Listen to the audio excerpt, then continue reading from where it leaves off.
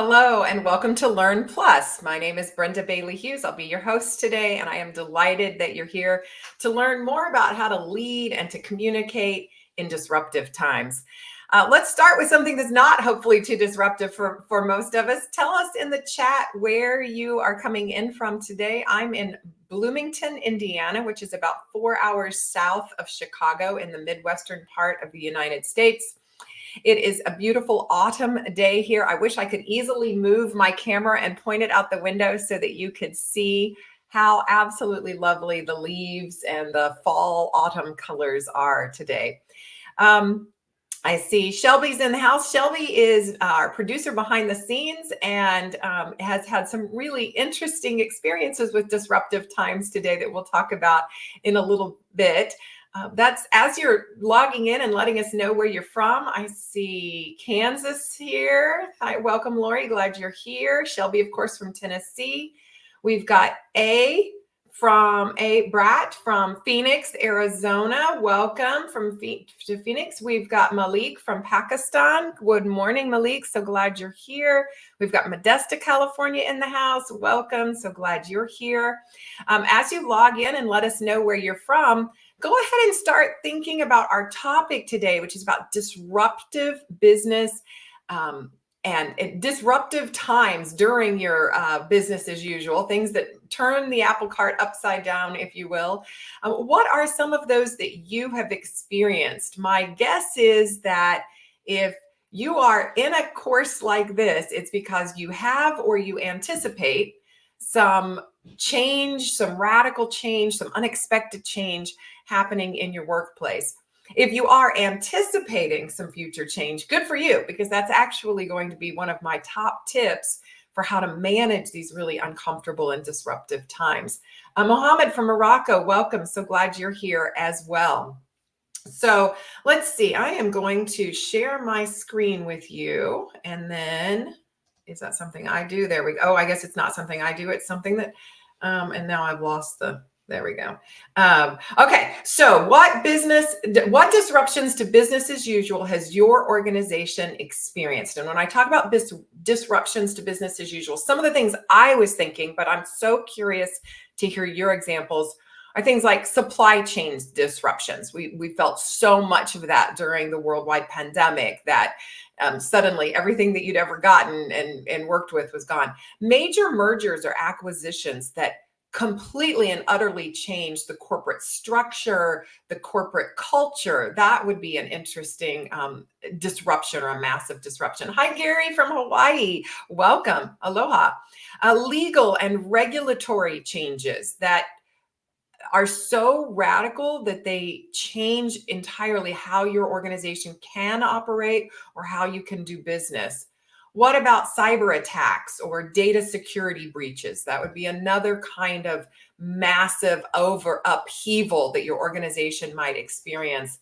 And all too familiar right now in the US and elsewhere are natural disasters that completely turn upside down what life has been like for individual team members, but for your organizations as well. And I mentioned that we have Shelby Merriweather in the background today, and she's also chatting with us. We're going to pick Shelby's brain a little bit today because she lives in an area of the United States that has been very affected by the recent hurricanes in the United States. And there are parts of Florida and the coast that typically not expect hurricanes, but they know how to function in hurricanes. They've lived through hurricanes before. They have emergency plans in place for hurricanes. Shelby lives in what is typically known as the Midwestern part of the United States, not a place where you think about having hurricanes by any means. And so an area that couldn't do any preparedness training.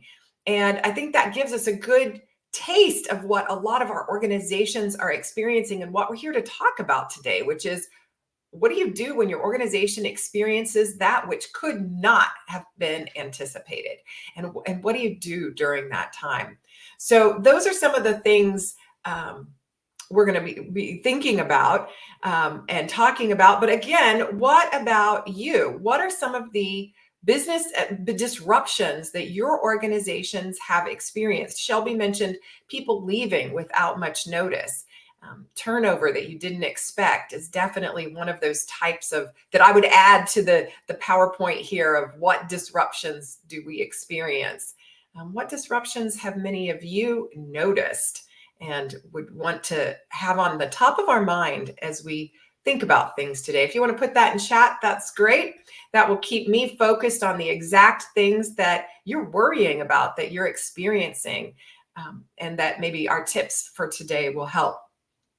So what I hope to do in the next maybe 20 minutes or 30, depending on how much chatting you do in the chat, I want to talk about a classic case of an unexpected experience that we leaders and trainers and consultants use as an example to help organizational leaders learn how to deal in disruptive times. So I'm taking us back to 1949 to the mountains of Montana, an area that is very forest heavy, no roads in or out to many of these areas, and it's very, very remote area. Now, this is the area specifically that we're looking at is called Man Gulch. Have any of you heard of the Man Gulch situation or the Man Gulch fire? If so, let me know, and then feel free to jump in with lots of commentary today. So what happened is that a forester on the ground sighted a fire and called in the U.S. Forest Service's smoke jumpers, which was at the time a fledgling, a new organization of people trained to parachute out of aircraft into these remote areas without any roads in and out, and then to fight fires. So that's what we have here is this crew going in to fight this fire. They landed at about 2 p.m. and Wag Dodge, their leader of the group, assessed the fire along with the forester that had first seen it and sighted it. And they called it a 10 a.m. fire, a very manageable fire that they would have tamped out by 10 o'clock the following morning after they landed the afternoon before. They expected to get some food, get some energy, then start doing whatever it is firefighters do to stop forest fires, and they would be out of there by 10 o'clock the next morning. Instead, within hours, all but 3 of the crew, so 13 other firefighters, were dead. What happened in this situation is what we're going to look at. A manageable fire that instead became a tragedy.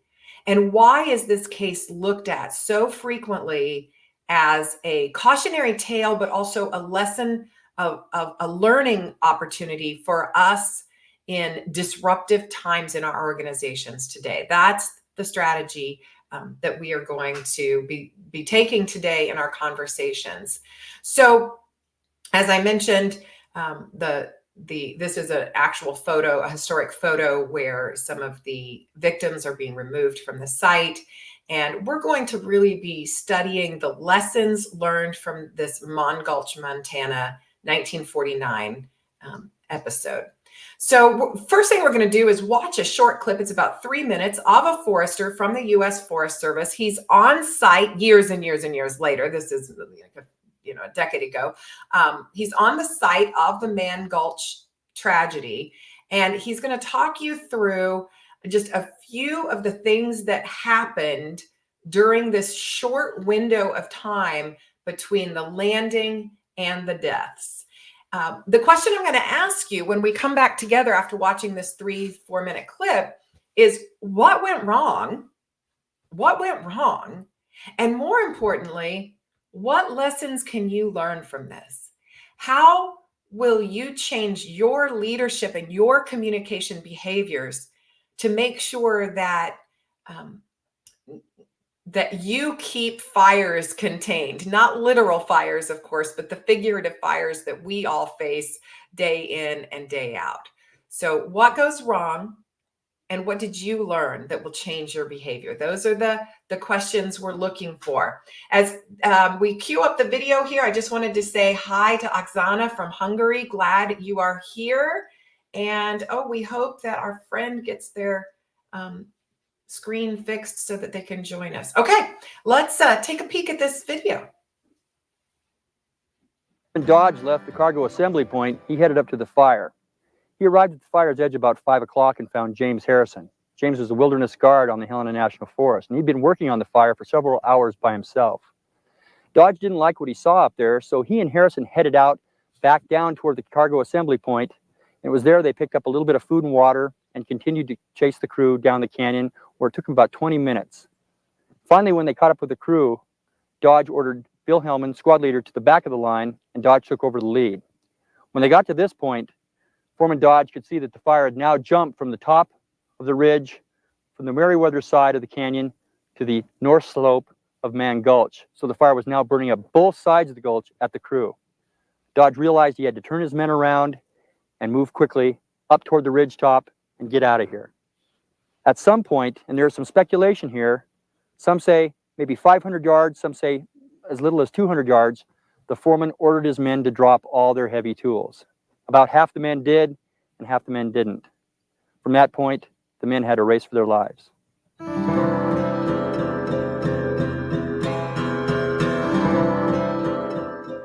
Now we're at the crossroads between life and death. This is the point where Dodge started his escape fire. After leaving the drop tool point and traveling at top speed, the men reached this point, and Dodge turned and looked down the canyon.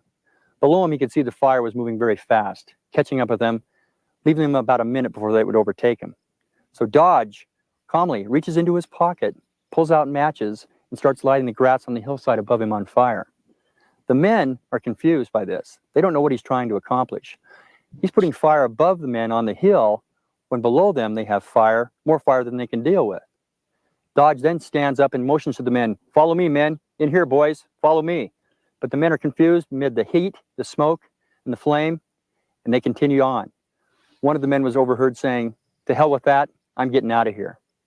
Dodge finally has to give up his pleas to get the men into the escape fire, and he walks into the burn area. He wets a handkerchief, covers his face, and lays down and waits for the flames to move up onto his area.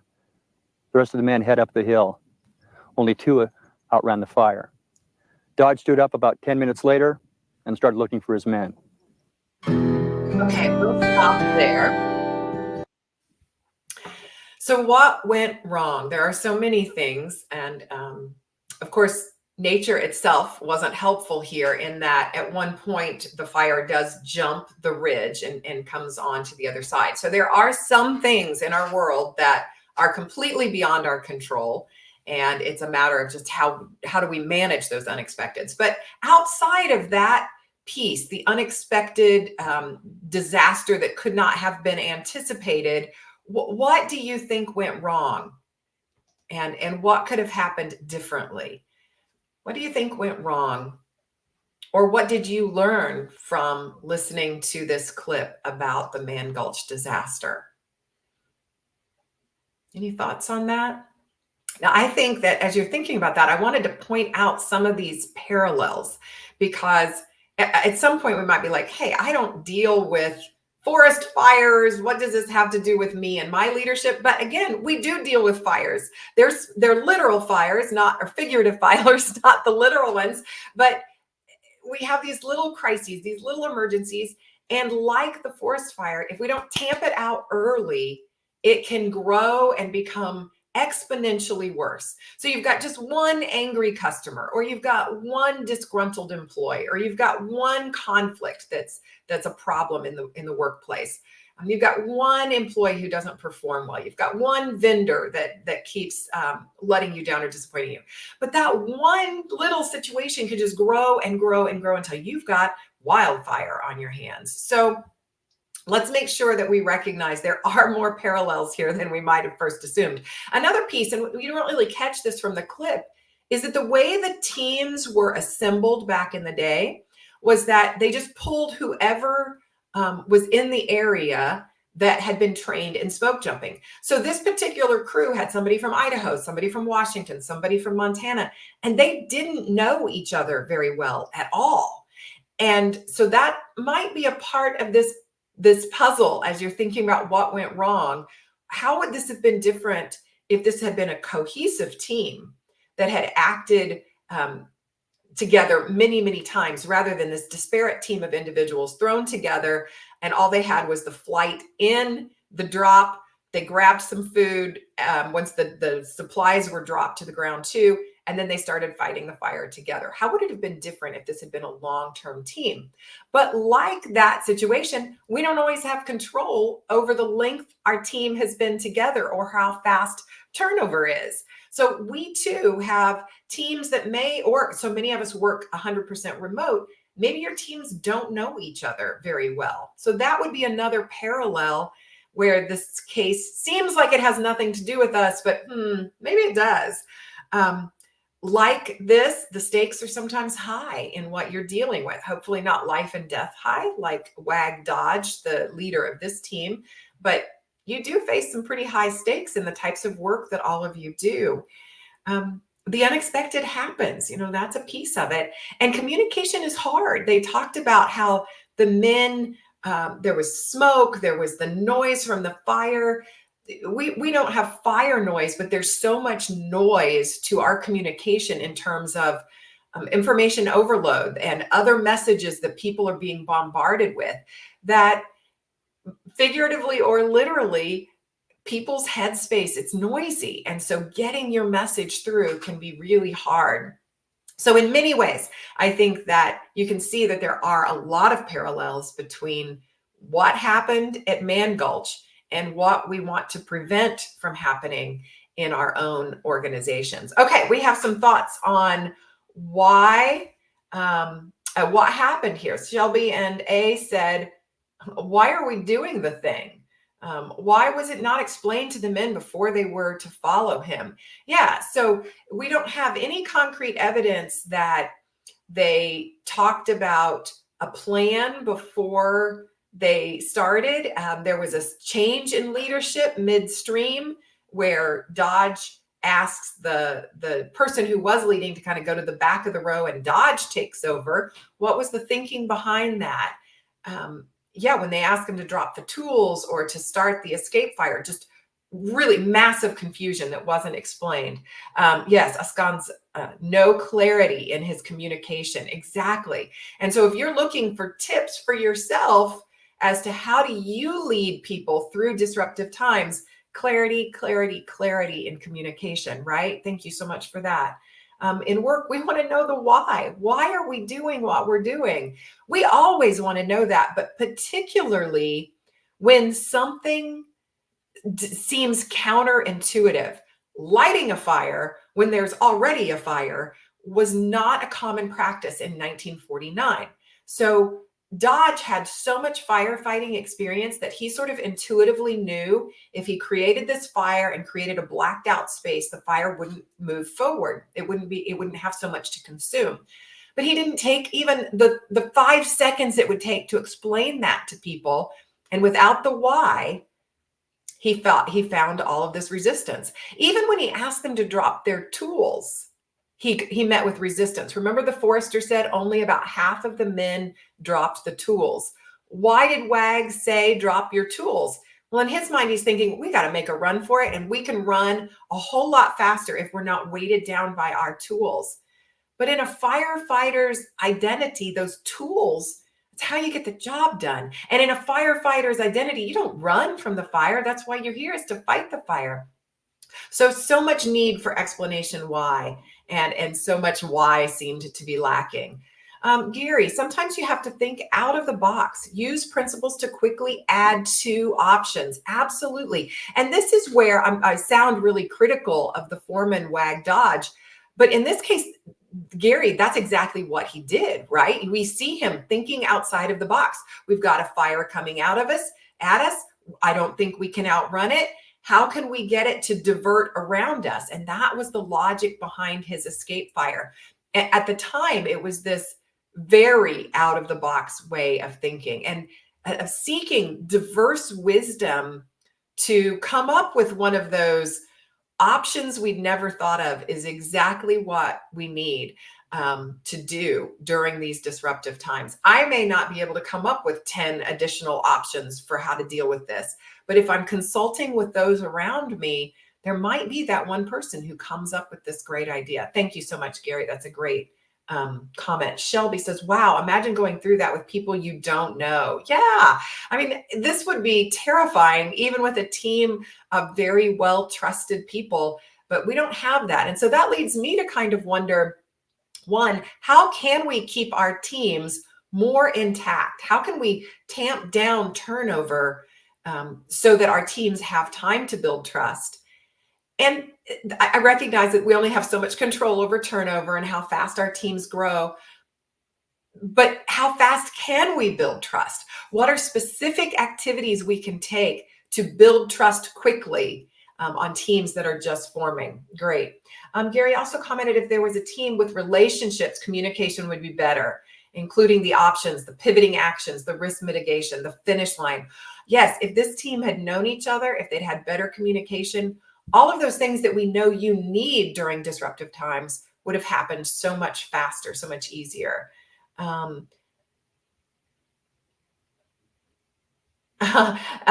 Lori's to there and Lori's okay. All right. So Lori and Shelby are chatting about times that we have going there. All good. Okay. All good. I think they've resolved that. So, and it will all be recorded, Lori, so you can go back and watch this. So I'm going to bring my deck back up and just sort of summarize some of the points that you've already made and maybe add a couple of additional thoughts to this. So one of the things that Dodge could have done is discuss possible disruptions prior to a crisis. That's something that you can certainly do. In fact, Mary Gentile has a book called Values in Action, and she's actually talking about ethical dilemmas that teams might face.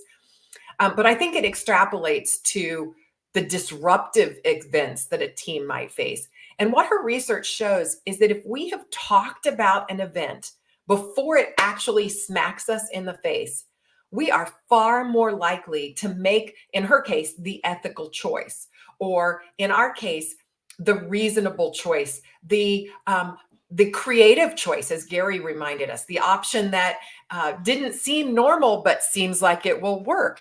If your team can, and I don't want your teams to get paralyzed by fear by any means, but I do think having these what if conversations has an incredible amount of power to help your team get through tough times.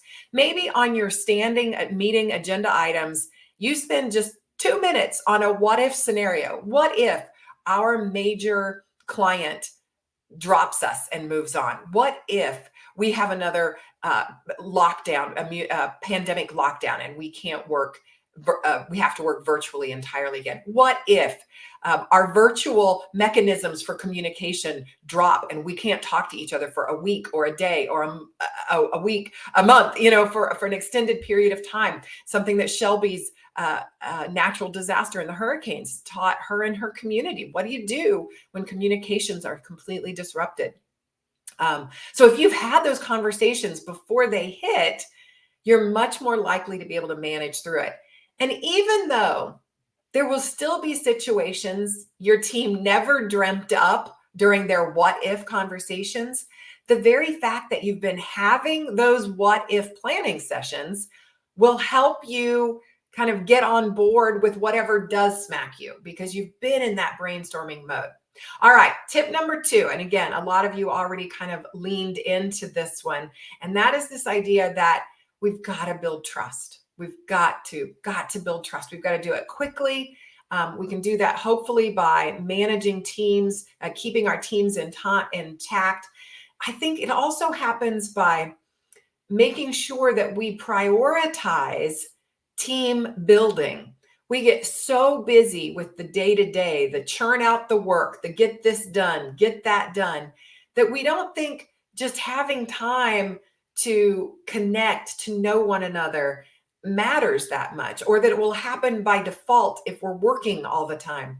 But sometimes we're working somewhat in isolation and we need those trust building activities. There's some research that indicates icebreakers, as much as people might hate them, do lead to better performance and more satisfaction among a team. So if your standing meetings have a what if conversation, maybe once in a while you do some sort of icebreaker team building activity as well to just keep that team trust going. Now, I mentioned in number 2 that one of the ways you can build trust, especially during crises sorts of times or times of change, is absolutely advocating for open communication. I talk about this a lot in my course on LinkedIn Learning called the Strategic Communication for Leaders. And I actually tell a story in that about this woman that I knew who was a nursing director during a time that the hospital she worked at was going through an entire changeover to their electronic health record system. So it meant a massive disruption to the work. And she kept attending these administrative meetings where before the system was even chosen or implemented, the admins were saying, well, now let's keep this all confidential. Let's not talk about this to people because we haven't picked a specific product yet, a new system. And so we don't want to get people all riled up before we even have a system picked out. And this nursing director kept saying, no, we've got to talk to people in advance. We don't want to keep this a secret, because she knew that people included in decisions, included in the conversation, were going to be much more adaptable during the change. And so because of her resistance to this sort of executive level, let's keep everything on the hush hush, because she just kept pushing back on that in those meetings, her nurses then actually got to have input, and other staff got to have input on the product that was eventually chosen. And that certainly changed their acceptance of the change. Yeah, Shelby mentions, I'm so much more patient when things are communicated like that. We're willing to work with people when they've kept us in the loop. So that's tip number 2, is one of the ways. We got to build trust in all the ways that you know how. Maybe that's icebreakers, maybe that's taking the time for team building, but definitely by advocating for open communication. Push back when you're in a meeting and someone says, let's not talk about this yet. Really think about the pros and cons of that before agreeing. Build trust with regular updates. Here, you talked about Dodge failing so miserably at explaining what he was doing. We get this sense that he went off to work with the forester who had cited the fire originally, and left the team to have dinner together. Why didn't he have dinner with them? Why didn't he tell them, I'm going to give you updates every 6 minutes during, I'm going to find you and we're going to talk every 20 minutes, or just again, the more regular your updates are, even if you have nothing new to share, if your team is going through a massive change, they need your reassuring voice there to say, we are still on track. The plan's still moving the way we thought it would. Nothing new to report, but you're all doing great. They need those regular updates. The 4th thing that I would mention, and you talked about this so much, is explain the rationale for why the decisions are being made that are being made. Why did Dodge want them to drop their tools? Why did he want them to lay down why did he want to light a fire and ask them to lay down instead of running? When your decisions, particularly when they are unpopular decisions that have been made and you're passing the news along, or you're the one that had to make it, the rationale, it makes it so much easier to swallow that pill of, and I think even explaining, here were the options that we had, and this was the least awful of the 4 options that we had. That kind of honesty, transparency really resonates with people. Gary, values, trust, understanding, principles, strategic, tactical contingency plans the work. Work the plan. Yes, start with those common values and then work on alignment with the rest.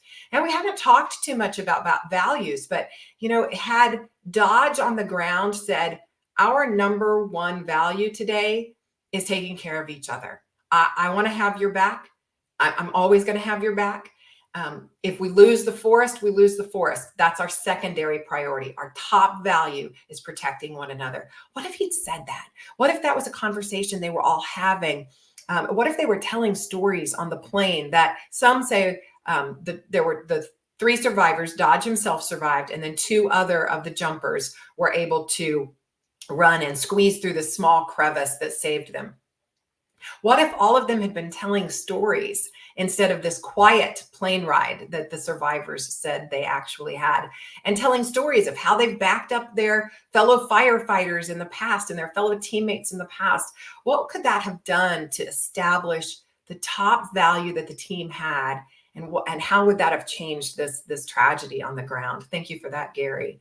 So our 4th tip there was explain your rationale for unpopular decisions. And then my 5th and final tip for you today is this idea that we need to look for diverse wisdom and create meaning within your team. So there's an organizational psychologist named Carl Weick, who's done a lot of work with this Man Gulch forest fire tragedy. And he argues that part of what happened was meaning broke down during this fire, during this event. And meaning starts to break down in your organization when people no longer understand what their values are, to Gary's point, or what their identity is. You know, those firefighters' very identity was a person who runs toward fire, not away, a person who uses these specific tools to fight fire. And so, my goodness, as we think about how their meaning was in a complete uproar, the role of a communicative leader is to recreate meaning with your team. And that can happen by asking simple questions like, what are our values? What do we hold dear, and how will we align whatever is happening to our values? You might ask questions like, what does this mean for our role? How do we see ourselves now that this, and this have all changed for us? Those questions are helping to reestablish the identity of your team, of your individual roles, and of course, to just making sure the team recreates the meaning that may get dissolved during disruptive times.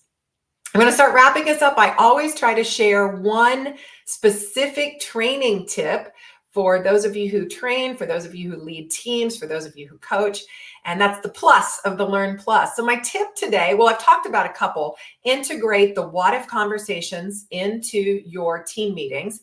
Integrate team building exercises into your team meetings. Make time for team building in whatever form of team building feels comfortable for your team. It might just be having coffee together and not actually doing an activity, but just getting to know each other in an informal way. But the other tip that I have for you, and this was a little outside of the box option, but we know from Gary's comment that those can be useful in disruptive times. And that is to practice improv exercises with your team. Improv is a type of comedy where there is no script. People are just working with whatever scenario is thrown at them, whatever words were spoken by the other partner and teammate involved in the improv exercise. But it really helps us to, one, it's a great team building exercise, but it helps us to be able to think quickly on our feet, to be adaptive, to be flexible. And those are all things that are called for in these very disruptive times that we now face. So 2 follow-ups for you. And in the chat, if you've got an idea of something you're going to do differently than you currently do it because of what you learned today and because of this Man Gulch tragedy that we learned about, if there's something you're going to start doing that you haven't been doing, I'd love to see what that is in the chat. If there's something you've been doing that you need to stop doing, tell us about that in the chat. What is your action item moving forward from here? 2 follow-up suggestions. Well, I'll give you 3. You can do a lot more research on the Man Gulch case. In fact, there are tons of resources related to this. There's a couple of movies about Man Gulch. There's a book that's been written about Man Gulch. You can go down a total rabbit hole on Man Gulch specifically. Harvard Business Review has a case specifically about the Man Gulch fire. So lots of stuff you can do with the Man Gulch case. But I would also recommend, I mentioned earlier, my course in the LinkedIn Learning Library. If you have access to that, called Strategic Communication for Leaders. I have done a lot of work there and have a chapter specifically on dealing with communicating in disruptive times. There's also a course in the LinkedIn Learning Library by Joanne Simon Walters. And the course is called Leading Through Chaos. And she actually mentions Carl Weick, who's one of the organizational psychologists that does so much work and first came up with that theory of sense making, when our ability to make sense of who we are and what is happening starts to disrupt. How do we make sense of things again? That was his theory. She talks about him in one of her videos in her class, again, called Leading Through Chaos. So those would be two great follow-up classes for you: Leading Through Chaos with Joanne Simon Walters and Strategic Communication for Leaders with me, Brenda Bailey Hughes. I am so glad that you attended. Loved your thoughts on how to manage in disruptive times. I hold you close to my heart. I know dealing with chaos, dealing with disruption is incredibly challenging. Continue to write in the chat there what you plan to do differently. Love to read those comments, and everyone on the group can get some ideas from you about what they can do. Carmen, thank you. You're going to try out improv. Oh, that's great. You're already using icebreakers. Keep using those icebreakers. They really do help. And maybe an improv exercise or two becomes your next icebreaker. I love it. Hey, everybody, thank you so much for joining us today. We'll be back on November. What's our November date? I have this somewhere here. Next LinkedIn Live. See, Shelby's always a step ahead of me, even though she's living in chaos herself. November 19th. That's with Sarah Kennedy. We're going to be talking about communicating specifically around coaching one another, coaching teammates, coaching employees, using AI, and how AI can make you a better coach and a better leader. So some really interesting stuff from Sarah. Looking forward to that in November. Everybody take care and be well.